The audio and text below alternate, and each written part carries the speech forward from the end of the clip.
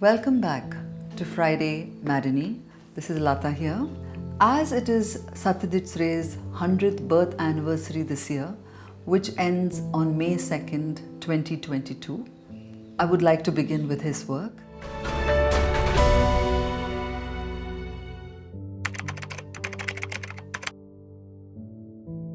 The adaptation is from Matinee, Rabindranath Tagore's book, which was published in 1901, and it was adapted into the film Charulata by Ray in the year 1964.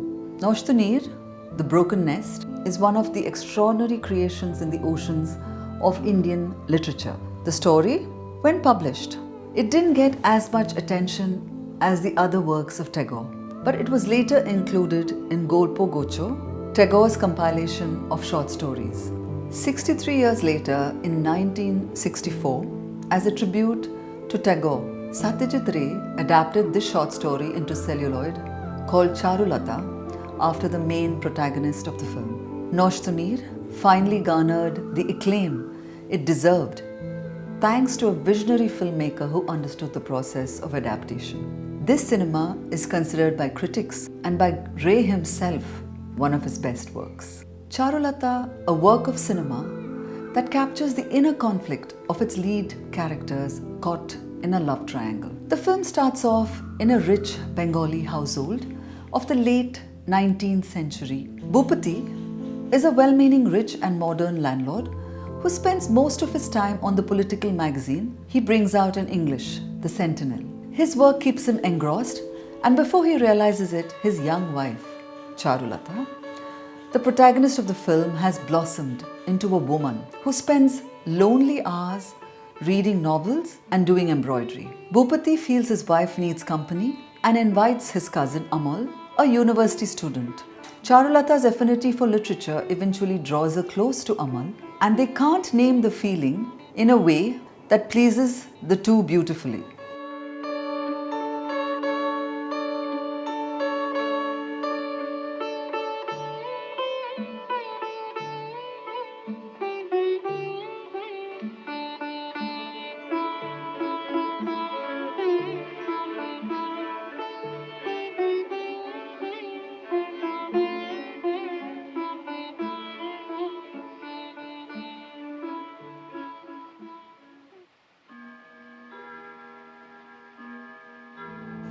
Ray, when talking about adaptation, says, a writer's imagination is expressed through words. The filmmaker's imagination, even when based on a literary text, is expressed through moving images. He points out that a novelist can casually refer to certain things that happen every day or occasionally or now and then. These kind of inserts are not possible in film. Hence the need to compress the continuous present into one composite scene. But Ray has beautifully managed to break into the cinematic language thanks to his ability to conceive such language in its own autonomy, as we can also address it as Tagore's factor.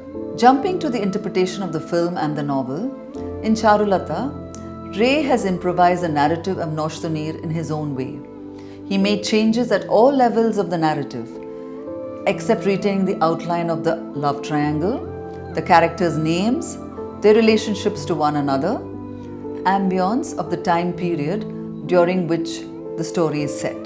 Tagore has detailed the psychological and other aspects of the characters in the novel. Ray has also used this and layered them further. Tagore's Amal is an exuberant and exacting character who enjoys tormenting Charulata to the point of seeming insensitive to her feelings and situations. His childish demands and the faint tussles trigger a special kind of feel which surpasses the grab of words. Ray, on the other hand, adds an endearing tenderness to the character of Amal. Bhupati's intellectual abilities were derided by Tagore, unlike Ray, who gave Bhupati's intellectual inclinations respectability.